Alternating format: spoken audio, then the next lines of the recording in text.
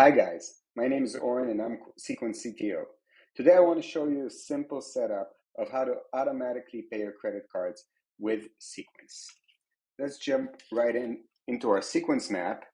And you can see before we started, I've connected 3 of my credit cards and a checking account to Sequence. You do this by clicking on Add Account, choosing the category, entering username and password, and connecting your accounts. And before we begin, we need to have a source for our money. So this is done by adding a port. A port is a bank account that serves as the entry point to the router that is Sequence. I'm going to name this port salary, create it right here. As soon as I create it, I get a routing number and account number, and I can start directing my salary into this port.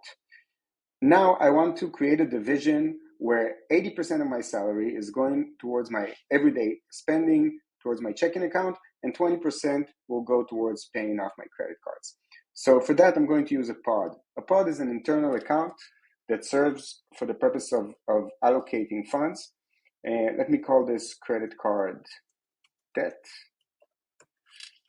Let me choose a better image for this. Here we see we have the card. Awesome, let's create this pod.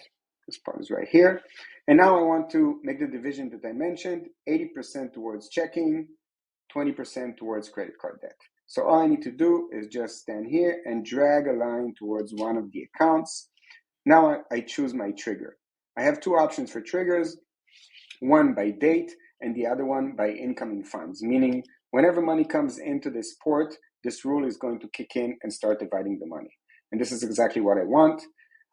The trigger is funds received in salary, and the action is going to be transfer percentage of incoming funds. I want to allocate 80% towards my Wells Fargo checking, and I want to allocate 20% toward my credit card debt pod. Awesome, let me save. And now we have this rule in place.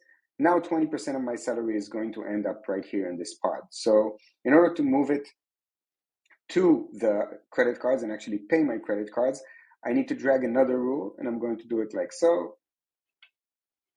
Again, triggered by incoming funds. And instead of transferring percentage of the incoming funds, I'm going to choose payoff minimum payment amount due for the first credit card, adding another action. This will happen in a chronological order.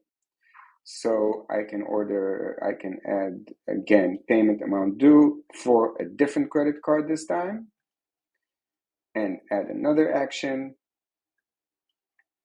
Again, paying off minimum amount due to my third credit card.